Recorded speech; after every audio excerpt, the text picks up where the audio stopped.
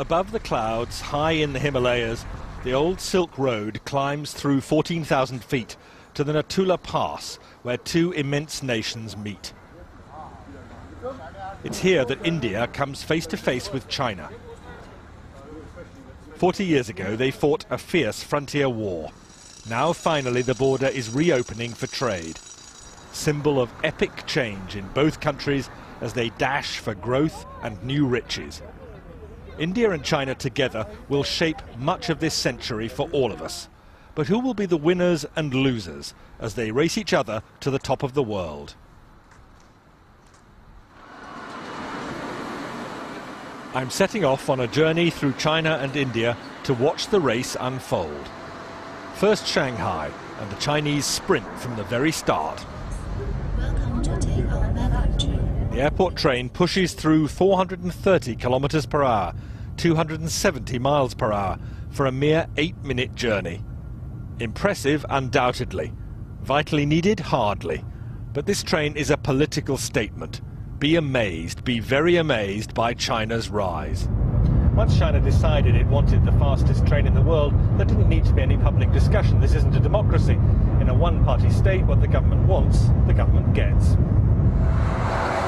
The train seems to shout to the world, we're overtaking you all. Arriving in India is a very different story. This doesn't immediately look like a country on a dash for growth. A taxi in Mumbai, the country's commercial capital, gives me far too much time for a close-up view of slums and jams. Most of India's roads are hopelessly inadequate, part of a lousy infrastructure. But what's holding India back? Partly it's the need to persuade people in overcrowded areas like this to move out of the path of modernisation. They can't be forced out of the way. It's called democracy. But how does it look to those creating the new wealth? Hi. Nice to meet you. What do you think would suit me? I can do all kinds of shoes. I like these ones. These are really smart. Mm. In Shanghai, Billy Wang's handmade shoes tell a powerful tale. Billy took me to his small factory, a tiny but thriving part of China's manufacturing boom. His workers copy from photos their customers' favourite shoes. It's all imitation, not innovation. The business is expanding very fast, like all Chinese manufacturing, and Mr. Wang certainly doesn't question China's system, which helps make him rich. I'm just a shoemaker. I just worry about my shoes. Nothing else matters to me. I just want to make good shoes. How much does your business and your future success depend on China's government? According to the Chinese way of thinking, the political system is decisive. Everything else comes second to this. And that's the message big picture China tells you too. In the new Shanghai, with its soaring temples of capitalism, the fast track to wealth has been produced by a rigid political system, communist in name only now. Shanghai's international port is part of national success built on an unwritten deal. Business stays out of politics, especially when the political system delivers so much. The port director told me he's immensely proud of what's been achieved. This area is for refrigerated containers. Over there, those are for hazardous materials.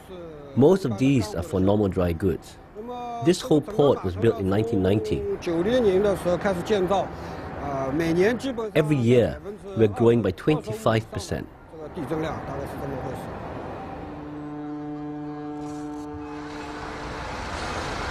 More than that, it's largely one-way traffic here. China doesn't buy much overseas, but produces vast quantities of goods for sale. China's achievement is simply staggering.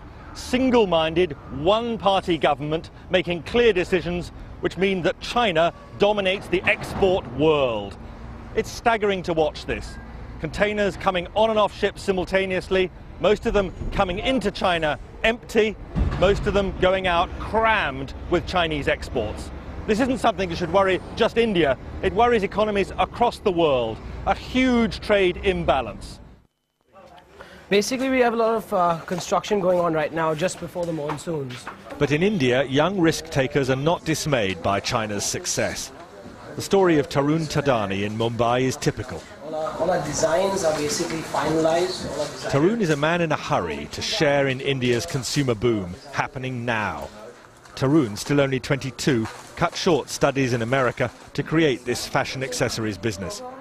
And the emphasis here in his design room, unlike China, is on innovation, not imitation. Here is all our new production. Next door in the workshop, a small team churns out low-cost fashion accessories for eager buyers among India's spreading middle class. Tarun insists India's cheap labour, combined with superior design skills, make a winning formula. We never copy directly. We spend so much time, consistently trying to make new products, new designs, new things out there, finding new trends, just keep developing in new styles. So is this an exciting time to be doing business in India? It's an exciting time because you can see things happening, India is moving very fast, but it's like a boat. But if we can sail or we can even sink. I can't speak for the future, but I can definitely say it is definitely bright. It's a good path, and I think we are on the right track. And big picture India?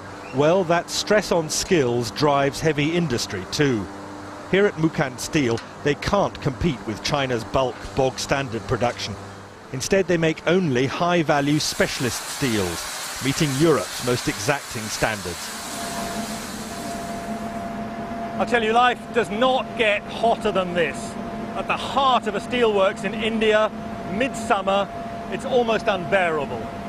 But the Indians are justifiably proud of what they're doing here, not just competing with huge producers like China with a massive output of bulk commodity steel, but here making some of the world's finest high-grade steel, competing with anything that can be produced in other parts of the industrialized world.